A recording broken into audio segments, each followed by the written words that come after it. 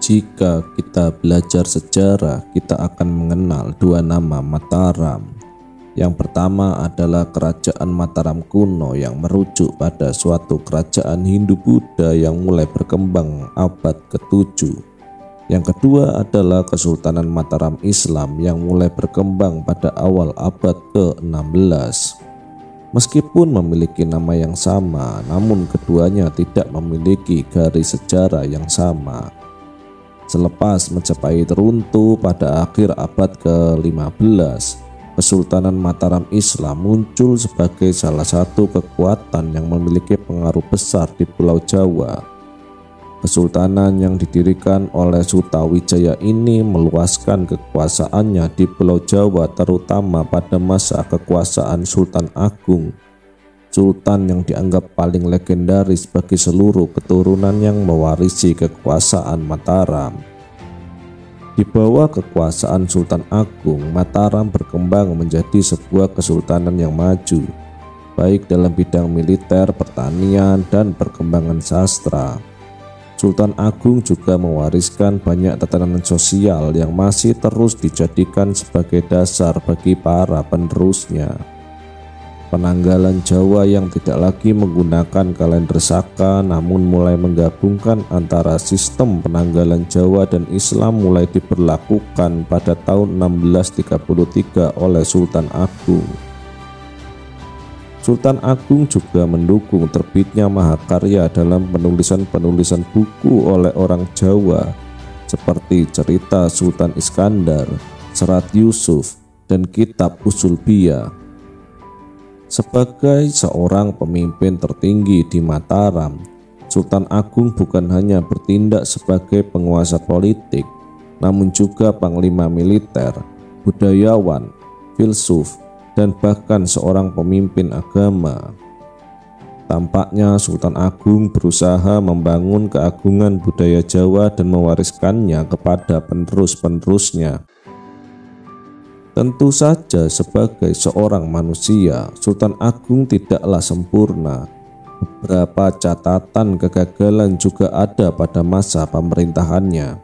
Salah satu catatan kegagalan adalah di mana ketika dia gagal dalam penyerangan terhadap VOC di Batavia yang dilakukan pada tahun 1628 dan 1629.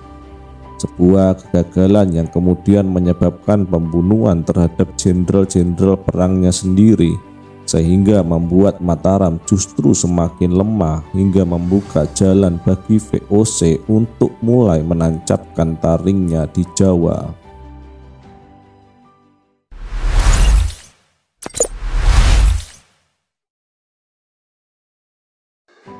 Sultan Agung lahir di Kota Gede, Mataram pada 1593. Dia adalah Sultan Mataram ketiga yang juga merupakan cucu dari pendiri Kesultanan Mataram, yaitu Sutawijaya atau Panembahan Senopati. Nama asli dari Sultan Agung adalah Raden Mas Jatmika, namun ada juga yang menyebutnya sebagai Raden Mas Rangsang. Secara teknis sebenarnya Sultan Agung adalah penguasa keempat di Mataram. Namun saudaranya Pangeran Martapura hanya berkuasa 1 hari karena dianggap memiliki kelainan sehingga tidak mampu untuk memimpin Mataram. Oleh karena itu Sultan Agung diangkat sebagai penguasa selanjutnya menggantikan ayahnya Raden Mas Jolang.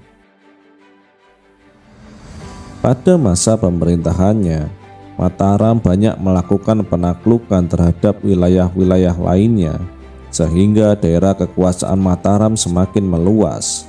Tercatat hampir seluruh Jawa Timur telah menjadi kekuasaan Mataram. Madura berhasil dikuasai tahun 1524 dan Surabaya juga takluk setahun kemudian. Hanya Blambangan di ujung timur Pulau Jawa yang belum berhasil ditaklukkan. Praktis daerah pesisir utara Jawa juga berhasil dikuasai Mataram. Daerah ini sangat luas, mencakup wilayah pesisir dari Surabaya hingga Cirebon.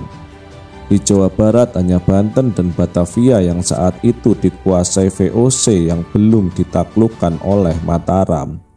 Atas keberhasilan penaklukan-penaklukan ini, maka Sultan Agung berhasil membangun Mataram menjadi penguasa agraris dan sekaligus maritim pada awal abad ke-16.